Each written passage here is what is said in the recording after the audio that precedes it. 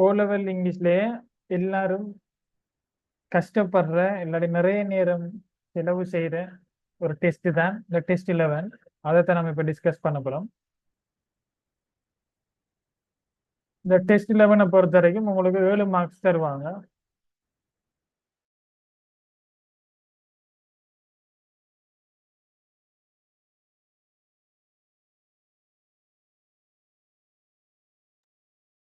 இந்த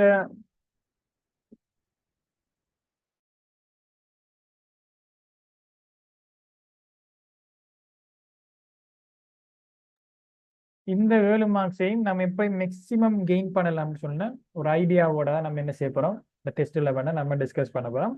டெஸ்ட் 11ல உங்களை என்னத்தை பார்ப்பாங்கன்னு சொன்னா லாங்குவேஜில் ப்ரொஃபிஷியன்சியை பார்ப்பாங்க அப்படின்னு சொல்லலாம்.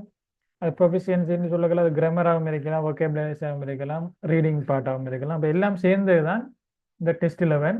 இந்த டெஸ்ட் 11 நீங்கள் வெறுமனே ஒரு விஷயத்தை கொண்டு மாத்திரம் உங்களால் நீங்கள் டெஸ்ட் 11 ஃபேஸ் பண்ண முடியாது. நிறைய பேர் விடுற மிஸ்டேக்காகவும் இருக்கலாம். இல்லை நிறைய பேர் நம்பிட்டு போகிற விடவழிகளுக்கு நம்ம பார்ட்ஸ் ஆஃப் ஸ்பீச்சில் வச்சு நம்ம இந்த டெஸ்ட் 11 டிஸ்கஸ் பண்ணலாம்னு சொல்லி அப்படின்னு கிளாஸஸ் நான் பார்த்துருக்கேன். அந்த சந்தர்ப்பத்தில் அவங்களுக்கு லேசான பார்ட்ஸ் ஆஃப் ஸ்பீச்சையே வச்சு எழுதக்கூடிய மாதிரியான ஒரு கொஸ்டினில் வந்திருக்கு. அப்போ அந்த கொஸ்டினை மாத்திரம் வச்சு கொண்டு அவங்க என்ன செய்வாங்கன்னு சொன்னால் அந்த கொஸ்டினை வழங்கப்படுத்துவாங்க. ஆனால் அது மாத்திரம் பார்ட்ஸ் ஆஃப் ஸ்பீச் ஐடென்டிஃபை பண்ணி இப்போ மேலே காணப்படுற அந்த சொற்களை நீங்கள் பார்ட்ஸ் ஆஃப் ஸ்பீச்சை மட்டும் வச்சு கீழே எழுதலாம்னு சொன்னால் அப்படி கிடையாது. நீங்கள் அதை நினைச்சிட்டு போனால் நீங்கள் அதை மறந்துட வேண்டியது. அப்படி வச்சு மாத்திரம் நம்மளால் அமைக்க முடியாது. அந்த வசனத்தையே இல்லாட்டி அந்த பெசேஜ் அதை ஃபுல்லாக நம்மளால் ரீட் பண்ணி அதை அண்டர்ஸ்டாண்ட் பண்ணாதான் உங்களால் மேக்ஸிமம் இந்த மார்க்ஸை கெயின் பண்ணுற மாதிரி இந்த டெஸ்ட் 11. சரியா?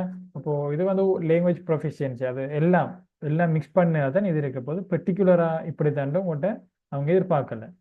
அப்போ இவங்களுக்கு என்ன பிரச்சனைன்னு சொன்னால் ஒன்றுக்கு அரை மார்க்ஸ் கிடைக்க போகுது. அதுலேயும் இப்போ அரை மார்க்ஸ்ன்னு சொல்லக்குள்ள 14 இடைவெளி நிரப்பினீங்கன்னா மிச்சம் 3 அவங்க எக்ஸ்ட்ராவாக தந்திருக்காங்க. அப்போ இது இன்னும் குழப்பத்தை தாரது தான் இதை டெஸ்ட் 11 இருக்கு. மொத்தம் 17 சொற்கள் இருக்கு. அந்த 17 சொற்களையும் கொண்டு நீங்கள் என்ன செய்ய போறீங்க, இந்த மாதிரி ஒரு இடைவெளியை நீங்கள் நிரப்புறீங்க. சரியா?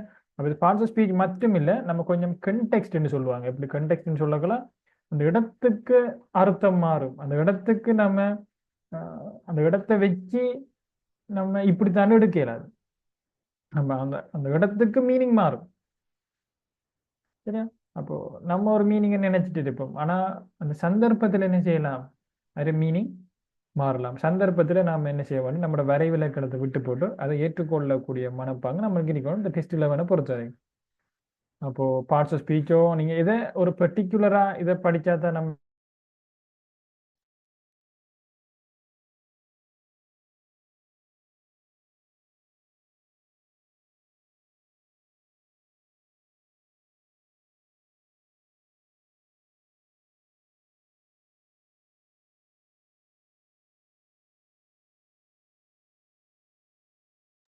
சின்ன கவரேஜ் இஷ்யூ வந்துட்டு.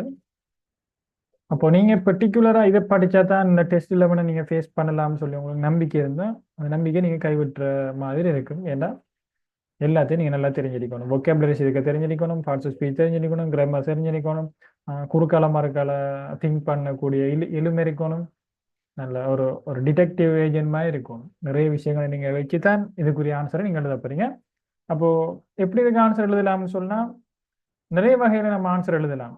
அப்படின்னு சொல்லக்கல எல்லாத்தையும் நான் முதல்ல வாசிக்கிறேன், ஃபில் இன் த பிளாங்க்ஸ்ன்னு சொல்லி போட்டு அவ்வளோத்தையும் நம்ம வாசிச்சு தமிழ் அர்த்தத்தை எடுத்து இவ்வளோத்தையும் திரும்ப வாசிச்சு போட்டு செகண்ட் டைம் வாசிச்சு இப்படிங்கக்கல உங்களுக்கு பார்த்துக்கிறக்க டைம் வைத்திரும். அப்படி இருக்கக்கூடாது.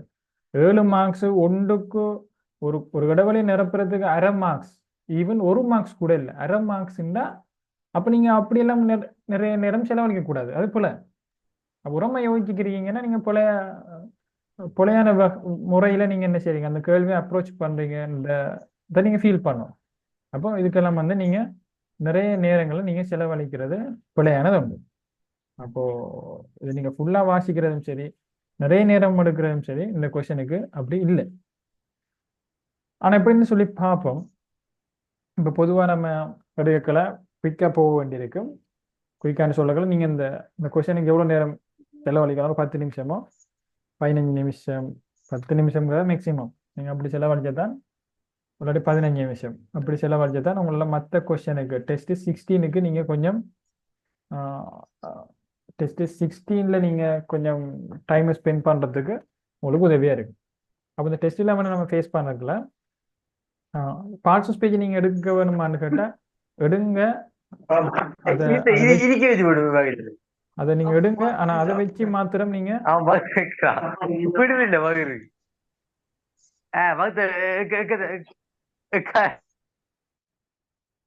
அப்ப அதை வச்சு மாத்திரம் நீங்க எடுக்க இயலாது. நம்ம தமிழ் அர்த்தத்தை ஏதோ ஒன்று பார்ப்போம்.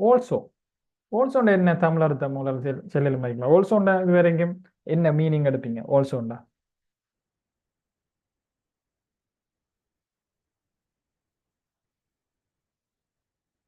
ஓல்சோக்கு என்ன மீனிங் தெரியுமா உங்களுக்கு?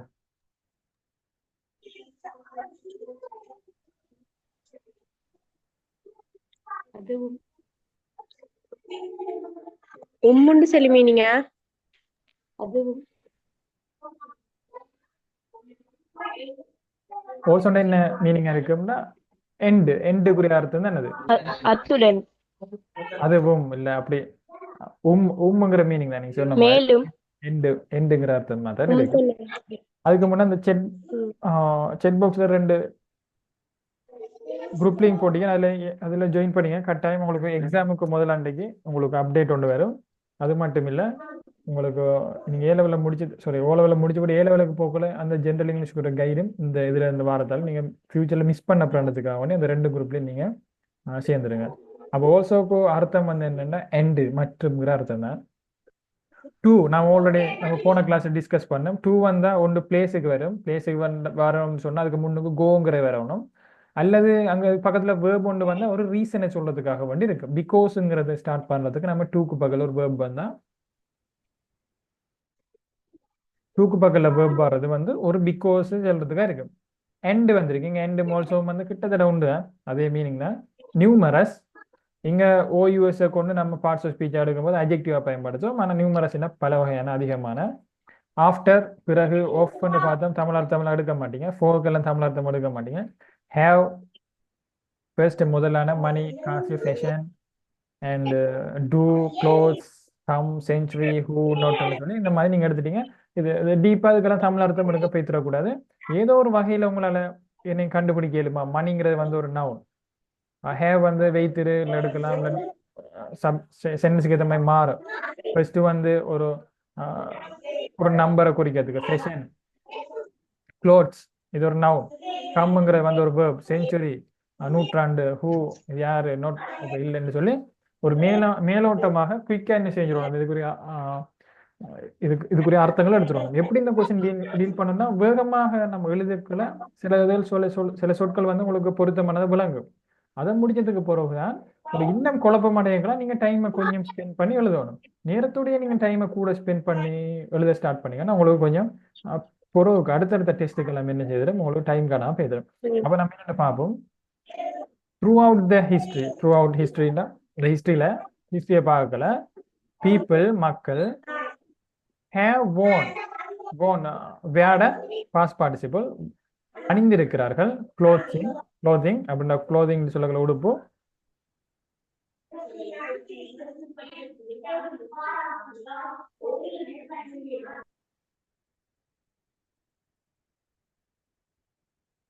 க்ளோதிங் சொல்ல ஆடை உடுப்பு. One description or another.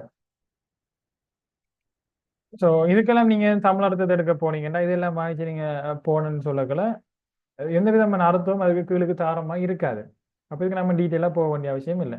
நம்ம ஒரு எந்த கெப்பை நாம் நிரப்ப போகிறோமோ அந்த கெப்பு எந்த வசனம் ஸ்டார்ட் ஆகுதுலேருந்து அது எவ்வளோத்த முடியுதுங்கிறது பாருங்கள். 1 2 3 இவ்வளோத்தான் இது முடியுது. அப்போ இவ்வளோ முடிகிற வேற நீங்கள் ஒரு சின்ன ஒரு பிரக்கெட்டை போட்டிங்கன்னா, நீங்களே ஒரு பென்சிலாக இல்லை ஒரு சின்ன பிரேக்கெட் போட்டிங்கன்னா இப்போ நான் இவ்வளோத்தையும் பார்த்தியா நான் யோசிக்கணும்னு சொன்னால் உங்களோட பிரெயினும் என்ன செஞ்சிடும், ஒரு லொக் ஆயிரும்.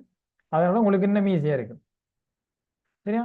அப்போ apart from protection அப்போ அப்பார்ட்னா தவிர மேலதிகமாக from protection பாதுகாக்கிறதையும் தாண்டி அகெயின்ஸ்ட், எதிராக, த வெதர், காலநிலைக்கு அகெயின்ஸ்ட் த வெதர். அப்போ காலநிலைக்கு எதிராக ப்ரொடெக்ட் பண்றதையும் தாண்டி கமா போட்டிருக்கு. were also often used. So இங்க were யூஸ் பண்ணிருக்கு. were வந்து என்ன, ஒரு verb. also often used. அப்ப இங்க also போட்டதால end யூஸ் பண்ணிக்கிறது. end also என்ன அர்த்தம் இப்படி யூஸ் பண்ணிருக்காங்கடா,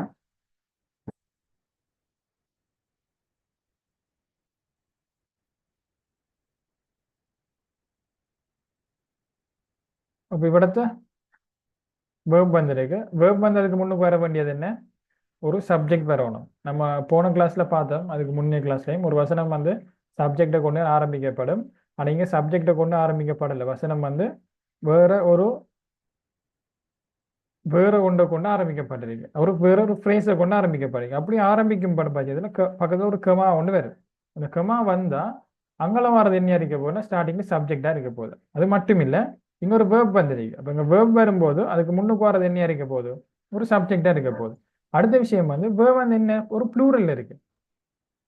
வேர்ப் வந்து ஒரு ப்ளூரல்ல இருக்கு. அப்போ ப்ளூரல்ல இருக்கும்போது ஒரு சப்ஜெக்டும் அடுத்த வந்து ப்ளூரல்லையும் நம்ம கணிக்கிறதுக்கு என்ன யூஸ் பண்ணலாம், அது சப்ஜெக்டாகவும் இருக்கணும். cloth, very good. என்ன, க்ளோத். சரி, clothes, வேற நேம் யாருக்கும் டவுட் இருக்கா? மணிங்கிறதும் வந்து ஒரு நவுன் தான், அதை நம்ம ப்ளூரலுக்கு யூஸ் பண்ணல, சிங்குலருக்கு நம்ம யூஸ் பண்ணலாம். அன்கவுண்டபிள். ஸ்பெஷல் நேம் நம்ம யூஸ் பண்ணாலும் அது வந்து சிங்குலர்ல இருக்கு. வேற ஒன்றும் இல்லைங்கிறதால நம்ம என்ன எடுக்க போறோம், க்ளோத்ஸுங்கிற விட தான். sir. Throughout the meaning throughout history in the through அவுட்ஸ்ன்னு சொல்லக்கல, ஒரு ஒரு குறிப்பிட்ட காலம் குறிப்பிட்ட காலமா அப்படியே இருக்கும். அந்த ஹிஸ்டரியை பார்க்கும்போது எடுப்போம். அது இது என்னென்ன சொன்னா, நீங்க அந்த கெப் நிரப்புறது மட்டும்தான் நம்மளுக்கு ஃபோக்கஸாக இருக்கணும். அப்போ நம்ம இதுகளுக்கு போகல, இப்படி நம்ம மேலோட்டமா ஆன்சர் எழுதுறதுக்கு ஸ்பெண்ட் பண்ணுங்க. அதுக்கு பிறகுதான் கொஞ்சம் டீப்பாக வரணும். இல்லை நீங்கள் இதுகளுக்கெல்லாம் நீங்கள் தமிழ் அர்த்தத்துக்கு எல்லாம் எடுக்க போனீங்கன்னா உங்களுக்கு டைம் போயிடும். சரியா? Where also often used, show வந்திருக்கு. ஷோ வந்த படத்தை ஒரு ஒரு ஒரு வேர்ப்ல ஸ்டார்ட் பண்ணிருக்கு. த வியாரஸ்ன்னு சொல்லும்போது அணிகிறவங்க, போடுறவங்களுடைய ஸ்டேட்டஸ், வெல்த் வந்துருக்கு. அப்போ ஒரு வசனத்திலே 3 இடைவெளி நிரப்புறது வந்து கொஞ்சம் சிக்கல் பிடிச்சது தான், கொஞ்சம் கரைச்சப்படுத்துறது தான். ஆனால் இருந்தும் நம்மளோட அந்த சென்டென்ஸ் ஸ்ட்ரக்சர் படி பார்க்கும்போது இந்த க்ளோஸுங்கிற வந்து ஒரு ஹூவா எடுத்தாலும் நம்ம இதை வட்டா எடுத்தோம்னா ஹூ அண்ட் ஹவு எப்படிங்கிற கேள்வி. Very good. அப்போ எப்படிங்கிற கேள்விக்கு இது இல்லை. ஹூ அட் ஹவுன்னா என்ன வரணும், ஒரு எட்வர்ப் வரணும். அப்போ எட்வர்ப் எல்வைல முடிகிற மாதிரியான எட்வர்ப் இருக்கான்னு கேட்டால் இங்கே இல்லை. ஹூ அட் ஹவு அடுத்து என்ன, வியா வரணும். வியா வந்தா அங்கே ஒரு ப்ரொஃபஷனை கொண்டு ஸ்டார்ட் பண்ண வேண்டும். வியா வரும்போது வியா வந்தா என்ன, அது வியாங்கிறது வந்து நான் சொன்னேன் ப்ரொஃபஷன் ஆஃப் நீங்கள் டைம். சரியா? ப்ரொஃபஷன் ஆஃப் டைம் யூஸ் பண்ணு, சாரி ப்ரொஃபஷன் ஆஃப் பிளேஸ். அப்போ வியாங்கிற ப்ரொஃபஷன் ஆஃப் பிளேஸ் யூஸ் பண்ணக்கூட நீங்கள் ஒரு ப்ரொஃபஷன் ஒன்று பார்க்கணும். அப்போ இங்கே ப்ரொஃபஷன் ஒன்று இல்லை. அடுத்து வந்து வென் வந்து ப்ரொஃபஷன் ஆஃப் டைம் யூஸ் பண்ணு, ப்ரொஃபஷன் ஆஃப் டைம்ல யூஸ் பண்ணி தான் ஸ்டார்ட் பண்ணப்பட்டிருக்கணும். அப்போ இன்னொன்று நெட்டு அந்த டியூரிங்கிற ஏதாவது ஒரு ப்ரொஃபஷன் வந்து ஸ்டார்ட் பண்ணியிருக்கணும். அப்படி வந்தால் இங்கே வென்னுக்குரியதை நம்ம தேடலாம். ஆனால் இங்கே என்ன அடுத்து என்ன, வைங்கிறது வந்திருக்கு. அப்போ வைங்கிறது வரும்போது 2 விதமாக பிரியும். ஒன்று பிகாஸ்ல ஸ்டார்ட் பண்ணப்படும், அங்கே பிகாஸ்ல ஸ்டார்ட் பண்ணப்படும், அல்லது டூவோட ஒரு வேர்ப் ஒன் ஸ்டார்ட் பண்ணப்படும். ஆல்ரெடி நான் சொன்னேன். அப்போ இங்கே வேர்ப் ஒன்ல ஸ்டார்ட் பண்ணதால இங்கே நம்ம என்ன யூஸ் பண்ணுவோம், இங்கே டூவை போடும். அது அப்போ சரியான விட வந்து 2 தான். பிகாஸ் வரமாட்டாதான்னு கேட்டா, பிகாஸ் வந்து அங்கே திரும்ப சப்ஜெக்டை கொண்டு ஆரம்பிக்கப்படும். Because clothes were used to show, அப்படி அங்கே மாறும், திரும்ப வேர் ரிவர்ஸ்ல வரணும். அப்போ பிகாஸ் வந்தா அது வை ஸ்டார்ட் பண்ணுது. வை ஸ்டார்ட் பண்ணா திரும்ப ஒரு சப்ஜெக்ட் தான் கொண்டு வரணும். அதாவது திரும்ப ஒரு ஹூ தான் வரணும். அப்போ ஹூ வராம திரும்ப டிரெக்டாக ஒரு வட்டுங்கிறதோ, இது வட்டா எடுக்கையில் அது டிரெக்டா ஹூ இல்லாம டிரெக்டா என்ன இருக்கு, வட்டு இருக்கு. அப்போ ஒரு வேர்ப் இருக்கு. வேர்ப் இருக்கிறதால இங்கே நம்ம என்ன யூஸ் பண்ணலது, பிகாஸ்ங்கிறது இங்கே இருந்தாலும், பிகாஸ்ங்கிறது இருந்தாலும் இங்கே வர மாட்டான். அதை வேற ஸ்டேட்டஸ் வெல்த்ன்னு இருக்கு. அப்போ டு ஷோ, டு காட்டுறதுக்கு, அப்போ ஷோங்கிறது வந்து ஒரு ஒரு டிரான்சிட்டிவ் வேர்புன்னு சொல்லும். டிரான்சிட்டிவ் வேர்புன்னு சொல்லக்கல என்னத்தை அல்லது எதைங்கிற கேள்விக்குரிய விடையை சொல்லும்.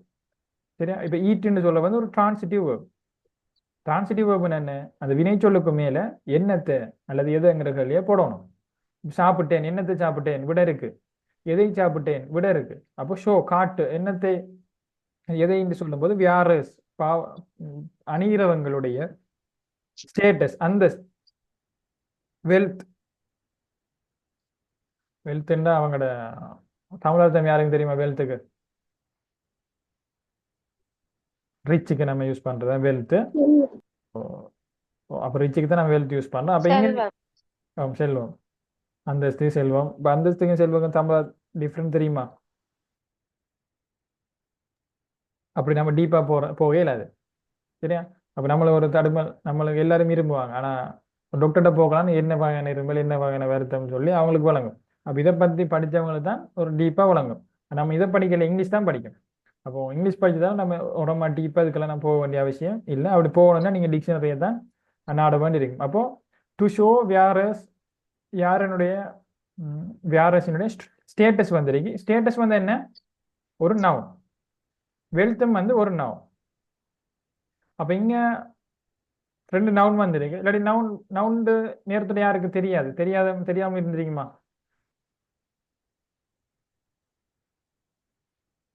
தெரியாம இருந்திருக்குமா? ஓகே, இப்போ சென்டென்ஸ் ஸ்ட்ரக்சர் எப்படி ஆரம்பிக்கப்பட்டீங்கன்னு பாருங்க. இப்போ பார்ப்போம். இது நவுண்டு இது நவுண்டு நான் சொல்லுவேன். உங்களால சொல்லலுமா எப்படின்னு சொல்லி? இது நவுண்டு என்னால சொல்லல. இப்போ நவுன் தாண்டி வேற நேம் வருமானு உங்களுக்கு டவுட் இருக்கா? இல்ல. இல்ல. எப்படி நவுண்டு சொல்றீங்க? வேறஸ்னு சொல்லி வந்தீங்க. வேற அப்படின்னா வெரி குட். அப்போ எப்படி வந்திருக்கு? வியாரஸ்ன்னு சொல்லக்கலாம் அணிகிறவங்களுடைய. அப்போ உடைய என்று சொல்லும் போது அங்கல வாரது என்ன இருக்க போது? ஒரு நவுனா இருக்க போகுது. அப்ப இங்க நவுனா இருந்திருக்கு. இங்கேயும் இதுவும் என்ன? ஒரு நவுன். வெல்த்ங்கிறது டிஹெச்ல வெல்த் வந்து ஒரு நவுன் தான். அப்ப இரண்டு நவுன் வந்திருக்கு. அப்ப இரண்டு நவுன் பக்கத்துல வரும்போது இവിടുത്തെ எஜெக்டிவ் வருமான்னு கேட்டா சரி, என்ன எஜெக்டிவ் இதை போடல? இப்ப எனக்கு விட செல்லையிலும் நான் வழங்கப்படுது. நான் உங்களோட ஐடியா என்ன படுத்த வேற சொல்லுங்க. உங்களோட ஐடியா நான் வெல்கம் பண்றேன்.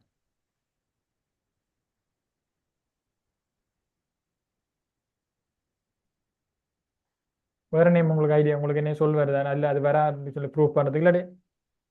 அப்போ இங்க ரெண்டு நானே சொல்லித்தரேன். இங்க ரெண்டு நவுன் வந்தா இரண்டு நவுன்ல இணைக்கிறதுக்கு வேண்டி வர நம்ம கன்ஜங்ஷன் யூஸ் பண்ணுவோம். சரியா? இப்போ for example I went to, இப்ப சிம்பிளா கோ அண்ட் பிளே. போய் விளையாடு, go and play. I like ice cream and orange. இப்படி எடுக்கணும், இப்படி எடுக்கும். அப்ப இங்க என்ன நடந்திருக்கு? ஐ லைக் ஐஸ்கிரீம்ங்கிறது வந்து ஒரு நவுன், ஆரஞ்சு வந்து ஒரு நவுன். அப்போ எஜெக்டிவ்ல கன்ஜங்ஷன் என்ன செஞ்சிருக்கு? அடுத்து என் தொடுத்திருக்கு. இப்போ ஐ லைக் ஐஸ்கிரீம் அண்ட் பிளேன்னு சொல்லலாமா? வேர்பா எடுக்கலாமா? எடுக்கல. வெல்த் வந்து ஒரு நவுன் தான், அது ஒரு அப்ஸ்ட்ராக்ட் நவுன். அப்போ ஐ லைக் ஐஸ்கிரீம் அண்ட் ஒரு எஜெக்டிவா போடலாமா? பியூட்டிஃபுல் அப்படி போடலாமான்னு கேட்டால் போடல. அது ஏன்னா கன்ஜங்ஷன் வந்துருக்கு. கன்ஜங்ஷன்ல தொழிற்பாடு என்னன்னு சொன்னா இரண்டு ஒரே பார்ட்ஸ் ஆஃப் ஸ்பீச்சை, ஒரே வகையான பார்ட்ஸ் ஆஃப் ஸ்பீச் இரண்டு பேர் அல்லது இரண்டுக்கு மேற்பட்டவங்களை இணைக்கிறதுக்காக தான் வருவாங்க. அப்போ இங்கே கன்ஜங்ஷன் வந்து என்ன? இവിടുത്തെ நம்ம எண்டு இவிடத்தை யூஸ் பண்ணுவோம். வேறு என்ன கன்ஜங்ஷன் இருந்தாலும் இவிடத்தை குழப்பம் வரலாம். ஆனால் ரெண்டும் ஒரே பார்ட்ஸ் ஆஃப் ஸ்பீச்சில் இருக்கு. இல்லைங்களா? என்ன அடுத்து வந்து இதுல என்ன விளையாடுவாங்கன்னு சொன்னா நிறைய பேர் இந்த இந்த பெசேஜில் நீங்க ஃபர்ஸ்ட் இந்த பெசேஜில் இருக்கிற முதல் சொற்களை நீங்க அப்படியே காப்பி பண்ணி சம்டைம் நீங்க நெட்டில் பேஸ்ட் பண்ணீங்கன்னு சொன்னா, நெட்ல பேஸ்ட் பண்ணா அதே மெசேஜ் வந்து நெட்ல வேற எங்க ஒரு தெரியும். அதான் இதுல இருக்கிற ஒரு ஸ்பெஷாலிட்டி. சரியா? அப்போ நெட்ல பார்ப்போம், பார்த்து படிச்சிடலாம். டெஸ்ட் 11 வந்து அப்படித்தான் எடுப்பாங்க. டெஸ்ட் 11 வந்து அவங்க எல்லா நேரமும் யோசிக்க மாட்டாங்க. அவங்க யோசிக்காம அண்ணன் இருக்கு பாருங்க, உங்களுக்கு அப்படியே காட்டுறேன்.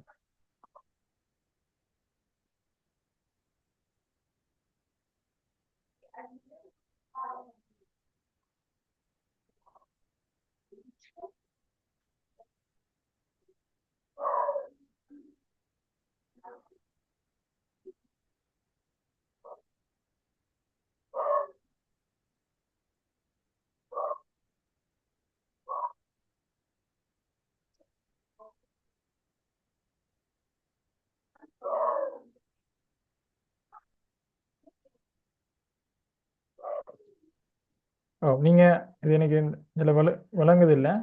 நீங்க என்ன செய்யுங்கன்னா அந்த த்ரூ அவுட் த்ரெண்ட் சொல்லி அந்த ஃபுல்லா அதை காப்பி பண்ணிட்டு நீங்க இன்டர்நெட்ல நீங்க பேஸ்ட் பண்ணும்போது நீங்க அப்படியே டெஸ்ட்ல நீங்க செஞ்சு பாருங்க. உங்களோட டெஸ்ட்ல என்ன செய்யுங்கன்னு சொன்னா இப்படி உங்களோட கூகுளை ஒன் பண்ணிட்டு இப்படி டபுள் கோட்டேஷன் மார்க் இப்படி போட்டுட்டு அந்த டெஸ்ட் 11ல வர பொதுவான மெசேஜை நீங்க அப்படியே காப்பி பண்ணி ஒரு ஃபர்ஸ்ட் ஒரு லைனை காப்பி பண்ணி போட்டு கடைசியில் இதை நீங்க இதுல டபுள் கோட்டேஷன் மார்க்கில் முடிச்சுட்டு எந்திர தட்டுங்க. உங்களுக்கு ஃபர்ஸ்ட் பேராகிராஃப் ஃபர்ஸ்ட்ல அது வரும் கூகுளில். அப்போ அதான் இங்கே நடந்திருக்கு. அவங்க வந்து என்ன செய்ய மாட்டாங்கன்னா டெஸ்ட்ல எல்லா நேரம் யோசிச்சு டைம் எடுத்து இதை யோசிச்சு போட்டு அதுக்குள்ள இந்த சொற்களை அவங்க தூக்கி போட்டு நீங்க யோசிச்சு போடுங்க எல்லாம் செல்ல மாட்டாங்க. அவங்க இந்த டெஸ்ட்ல வந்து இப்படி மெனக்கறதில்ல. ஏன்னா அவங்க அவங்களே மெனக்கடாம அவங்க ஒரு நெட்ல இருந்து இல்லாட்டி அவங்க ஒரு மேகசின்ல இருந்து இல்லாட்டி அவங்க ஒரு புக்ல இருந்து எடுத்து அதுல ஏதாவது சொற்கள் அவங்க தூக்கிட்டு உங்களை நிரப்பி சொல்லுவாங்க. அப்ப இதெல்லாம் வந்து எக்ஸாமினேஷன் டிபார்ட்மெண்ட் எல்லாம் இதெல்லாம் யோசிச்சதா இருக்காது. சரியா? எல்லா நேரமும் அப்படி இருக்காது. Okay. end wealth over the years fashions. இப்போ இங்களை ஃபுல் ஸ்டாப்ல ஸ்டார்ட் பண்ணி இங்கே வசனம் ஸ்டார்ட் ஆகுது. இங்க வேற phrase fashions in clothes have gone while some those have been popular relatively short periods. இப்போ இവിടത്തെ சென்டென்ஸ் வசனம் முடிஞ்சிருக்கு. இവിടത്തെ ஸ்டார்ட் ஆகி 2 1 2 3 4 4 இடைவெளி நடக்கணும். அப்போ இது முன்னே டெஸ்ட்களை விட இது கொஞ்சம் கஷ்டமானதுக்குரிய காரணம் வந்து என்னன்னா ஒரு வசனத்திலேயே 2க்கு மேற்பட்ட இல்லாட்டி 1க்கு மேற்பட்ட இடைவெளிகள் நம்ம நிரப்புகளை குழப்பம். இப்ப மதிப்போம். இப்ப ஃபெஷன்ஸ்னு வந்திருக்கு.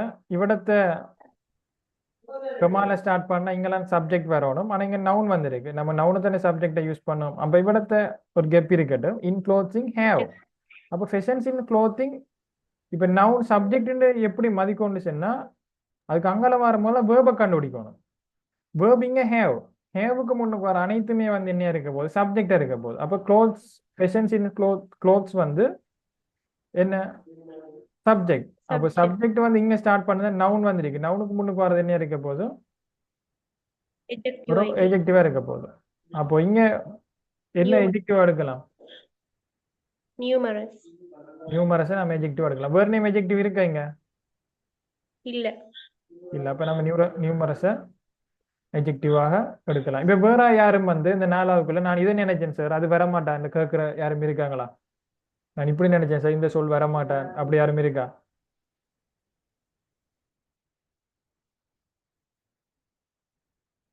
இந்த ஃபெஷன் செய்யும் முன்னுக்கு நான் இந்த சொல்ல போட்டேன் சார். ஆஃப்டருங்கிற சொல்ல போட்டேன் சார். இப்போ ஆஃப்டர் வராது. அப்படி யாரும் அப்படியே டவுட் இருக்கா?